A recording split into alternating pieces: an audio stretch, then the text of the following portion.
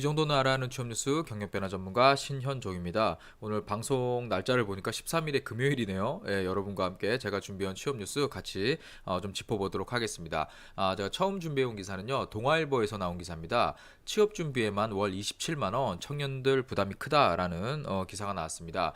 근데 이 내용을 잘 보면 청년들이 어떤 그 취업 준비를 할 때 돈을 많이 쓴다, 이거에 좀 초점이 맞춰져 있는 줄 알았는데, 좀 내용을 읽어보면은 이 취업 컨설팅의 질을 높이려면 전문 상담사 제도를 도입할 필요가 있다라는 이제 전문가 제언을 좀 싣고 있어요. 그래서 보통 우리가 뭐 용돈을 받는 대학생들 보면 뭐 30만 원에서 한 50만 원 뭐 이 정도 사이고, 아르바이트를 해도 보통 뭐 많이 받으면 뭐 4, 50만 원 정도 수준이죠. 그런데 이 비용을 월 쓸 때 27만 원 정도 쓴다는 얘기는요, 사실 되게 많이 쓰는 거예요. 물론 대부분의 비용은요, 보통 어학과 관련된 뭐 영어 학원 쪽으로 많이 들어가고요. 그다음에 뭐 자격증, 뭐 그다음에 뭐 이런 자격 같은 걸 공부하기 위한 책, 이런 쪽에 보통 많이 뭐 씁니다. 그리고 뭐 물론 여기에서 뭐 커피를 마시거나 이런 비용은 당연히 뭐 불포함되어 있겠죠. 근데 이 비용 자체로 놓고 보면은요, 사실 뭐 식비랑 핸드폰 요금 여기다 더해 보세요. 용돈에서 오버해 버립니다.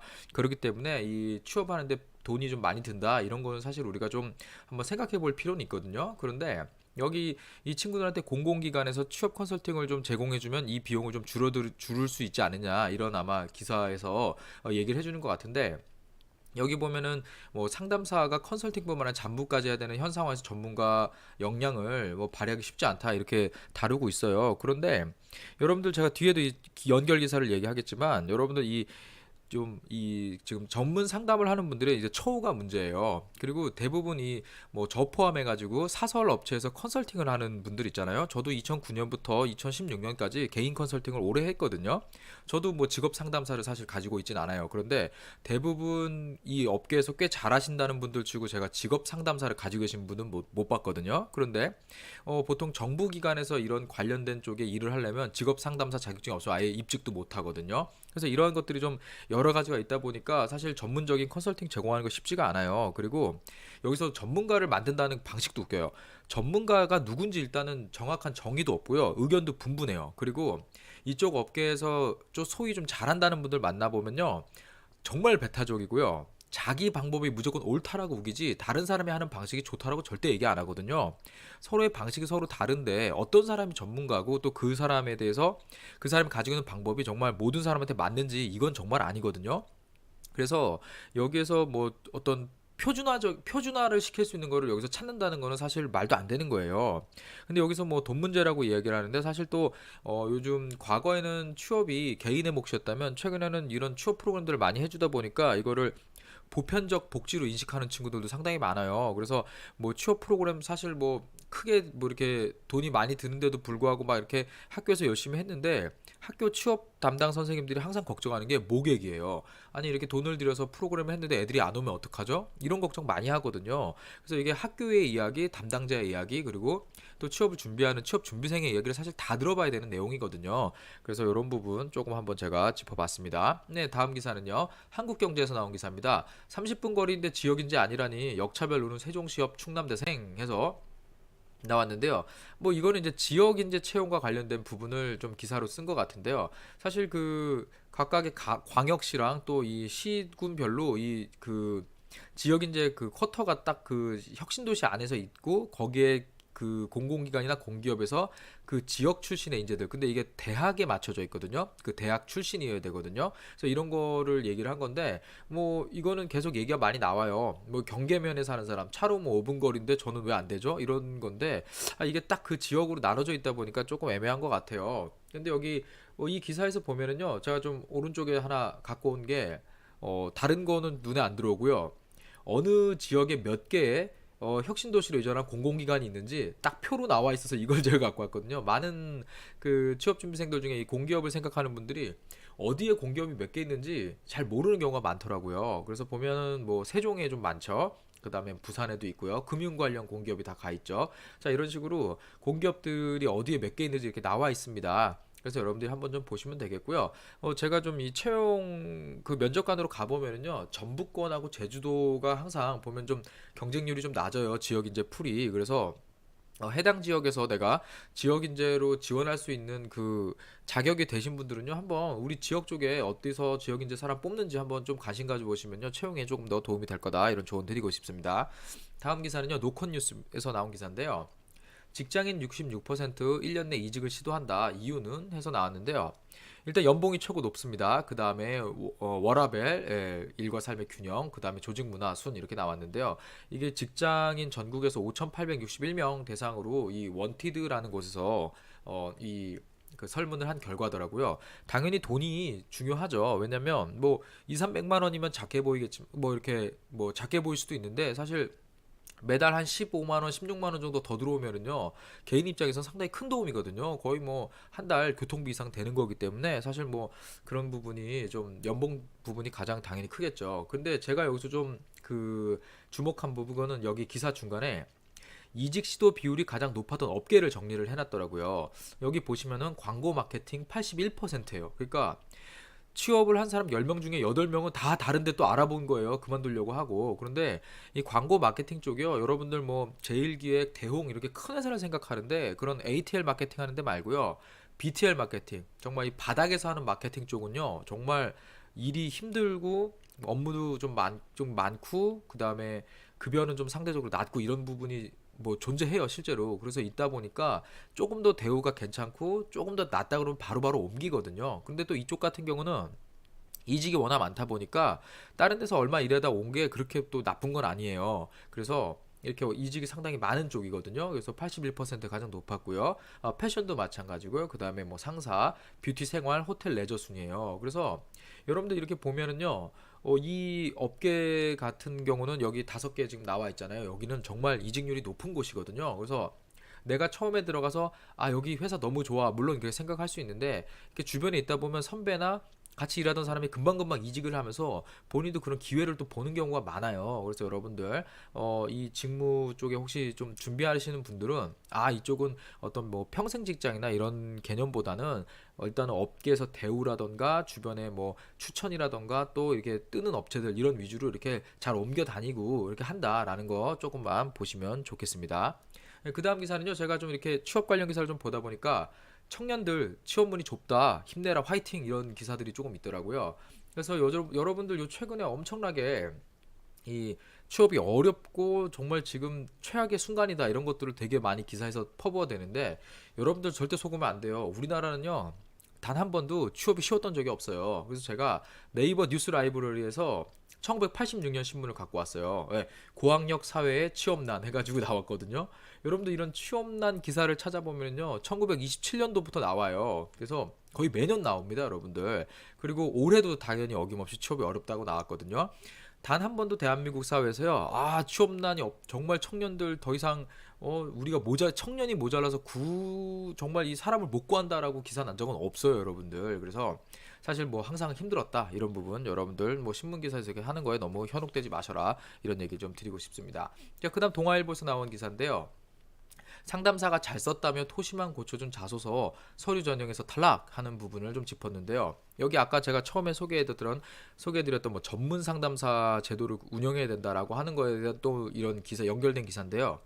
취업 컨설팅 이렇게 바꿔주세요 해가지고 여기 동아일보에서 좀 조사를 한 거더라고요. 그런데 여기 보면은 이 친구도 뭐 김경덕 씨 가명인데 두세 줄짜리 피드백은 부족해요. 미흡한 부분을 좀 구체적으로 짚어주세요. 여러분들 이 자기소개서는요, 쓰는데 약간의 레벨이 있어요. 그러니까 정말 잘 쓴 친구들은요, 정말 뭐 오타라던가 아니면 뭐 결론을 뒤에 쓴 걸 앞으로 끌어주면서 글을 조금 이렇게 수정해 주거나 요 정도 수준에서 딱 이 자소서 컨설팅 해주면 끝나는데, 보통 이 자소서 클리닉이라는 표현도 많이 쓰죠.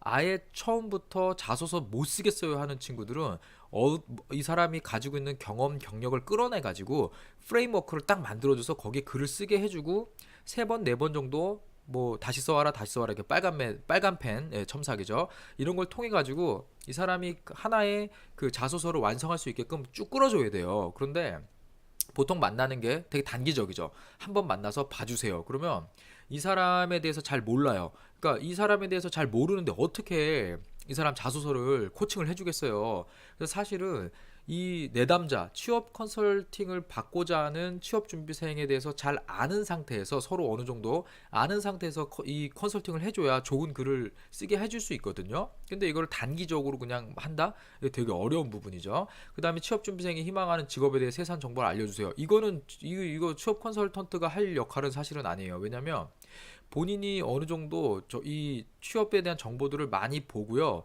그 다음에 기업들을 보고 거기에서 준비를 해야 되는 거거든요. 그런데 지금 대졸자인데 대졸자가 직업에 대해서 물어보는 거 말도 안 되는 거예요. 이거는. 네, 이거는 조금 문제가 있고요. 그 다음 외국계 기업과 관련된 취업 정보를 얻고 싶다. 외국계 기업 같은 경우는 정규직으로 우리나라처럼 공채를 안 뽑아요. 공채를 안 뽑으니까 취업 정보가 없는 거죠. 이런 회사들은 뭐 인재 풀 제도로 운영하거나 아니면 뭐 내부 추천이라던가 아니면 인턴을 뽑아서 거기서 정규직을 전환해 준다거나 뭐 이런 식의 채용도 많고요.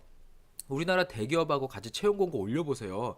지원서 안 들어와요. 그래서 취업 방식이 뭐 대학의 추천 채용을 받거나 이런 식으로 좀 개인이 노력을 해야 받을 수가 있거든요. 네, 이런 부분. 그리고 행정 업무 처리하듯 상담하지 말고 알맞은 기업을 알선해 주세요. 일단 뭐 쓰라는 게 많아요. 뭐 쓰고 상담을 못 하거든요. 이런 부분 당연히 개선돼야 됩니다. 그리고 담당자가 너무 자주 바뀌어요. 네. 왜냐면 담당자가 2년을 못 해요.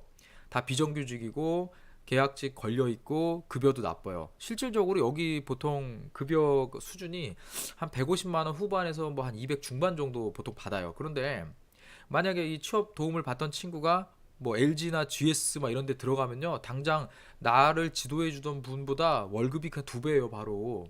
그래서 당연히 여기 어렵죠. 이런 부분 좀 우리가 생각을 좀 해봐야 됩니다. 근데 취업준비생들 어떤 도움을 원하냐? 이력서 및 자기소개서 첨삭 이 부분이 나오거든요. 이력서 자기소개서는요, 첨삭을 해줄 수는 있어요. 그런데 이 사람이 지금 어느 정도 수준에서 쓸 수 있느냐에 따라서 제가 아까 얘기 드렸지만 다릅니다. 그래서 단순하게 이렇게 체크해 주는 거는요, 정말 문법밖에 봐줄 게 없거든요. 그런 부분. 그리고 멘탈 강화를 위한 멘토링 이거 본인이 해야 되는 거죠.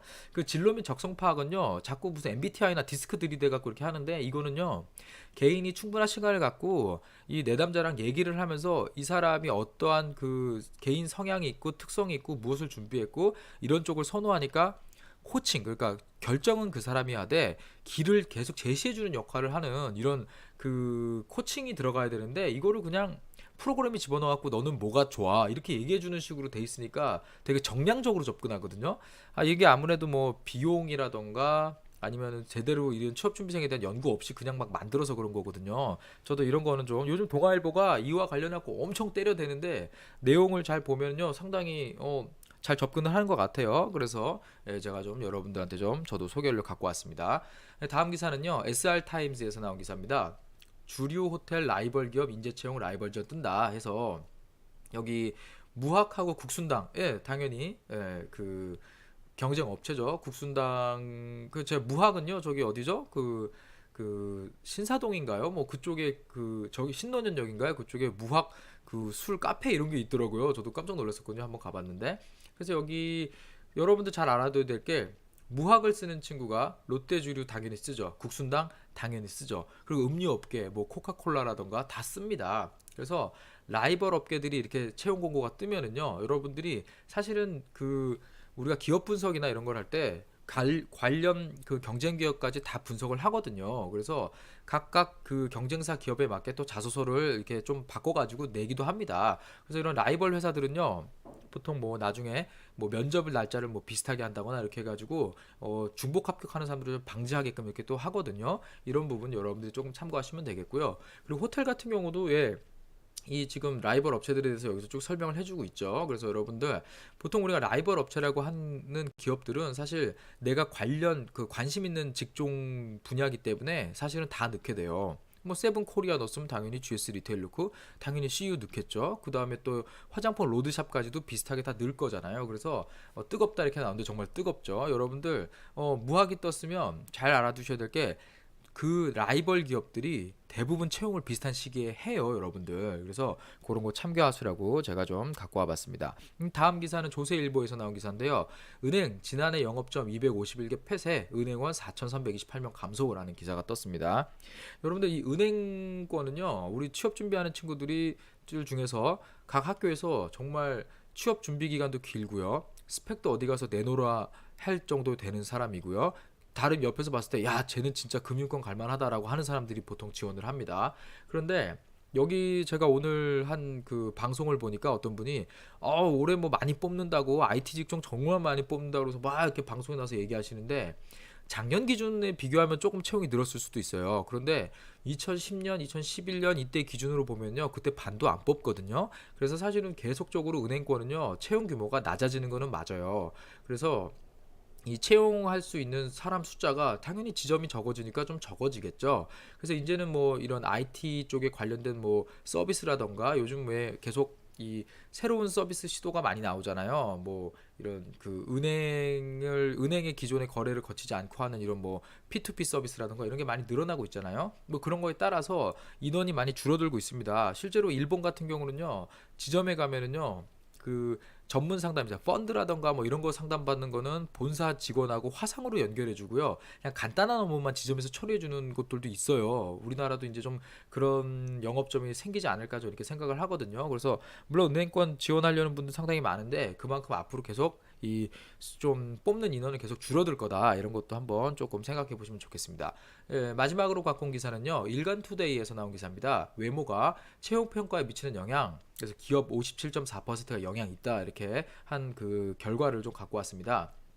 그런데 저는 지금 5월 달에 지금 제가 채용 면접관으로 상당히 많은 기업에 갈 예정이고요. 그리고 제가 계속 그 면접관 활동을 해왔거든요.